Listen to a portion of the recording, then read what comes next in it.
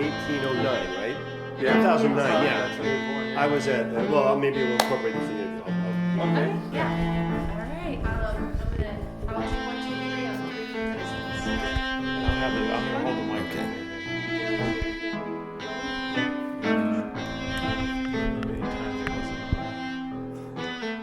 Okay. So here we are with Rob Yardley, and we want to talk about Darwinism, how it's progressed into our community and into our churches. And what do you think about that, Rob? It's truly astonishing, isn't it? On his actual 200th birthday, I was doing some work at the University of San Diego, and we were in the science department, and there were cakes, there were fancy displays they'd made up. I mean, it's remarkable how they celebrate him as if he's a hero for coming up with the concept that we evolved from lower life forms. And I was in England, and I got my change there. I got a coin. It was a 2-pound coin, had the obverse, it was Queen Elizabeth, but the reverse was Darwin looking at an ape. Oh, really?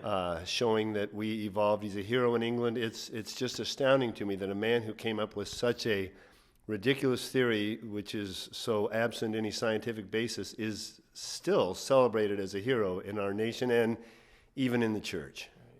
Right. Yeah. So as we look at it, as Darwinism comes down, he had a couple stresses that he talked about in his Origins of Species. Right.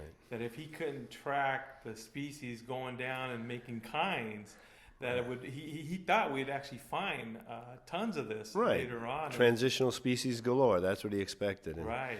as you say, and yet they've never found one. And he said himself that his theory would be thrown out if that was the case. It obviously has not been thrown out. They've doubled down, and yet they've not found a single transitional species. And so many organisms that have been thought to be transitional species, like Artie or coelacanth, or you can go right down the line, they've been discovered either to be living creatures today or just apes if they were in the human ancestry, human lineage.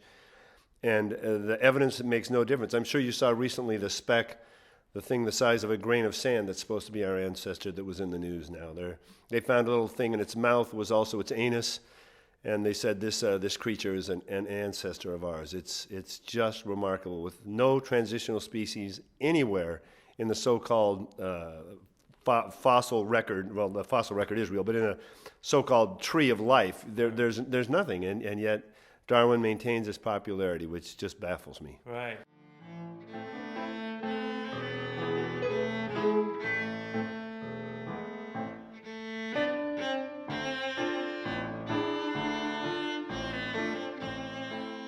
Right.